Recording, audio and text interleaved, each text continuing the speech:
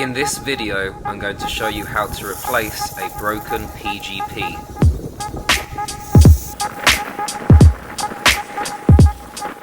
First, dig a hole around the broken sprinkler head.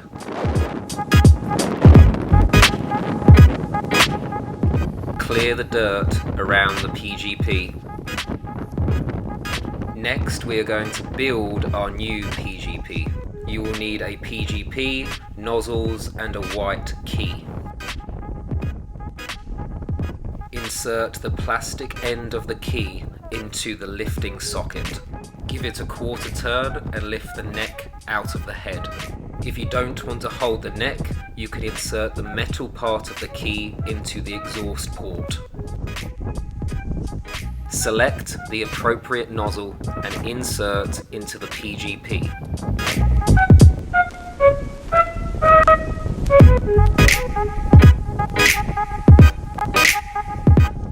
Using the metal end of the key, poke a hole in the nozzle/range adjustment screw. Turn the screw 3 complete times to secure the nozzle. Remove the old PGP. The old PGP was extremely low, so I'm going to install a riser extension. Thread the new head and riser into place. If dirt got into the riser or fitting, you may want to disconnect the PGP and flush out the line. Using the white key, pull up the PGP neck. PGPs have a right set.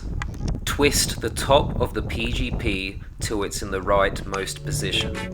Turn the whole PGP head till the right side is set in line with the edge of the grass. The left side can be adjusted using the white key. Insert the white key into the round adjustment socket. Turning the key clockwise increases the PGP's radius. Turning the key anti-clockwise decreases the PGP's radius.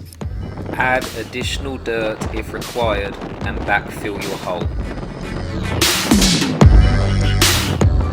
Fire up the zone and check the PGP's radius by twisting the top of the head side to side.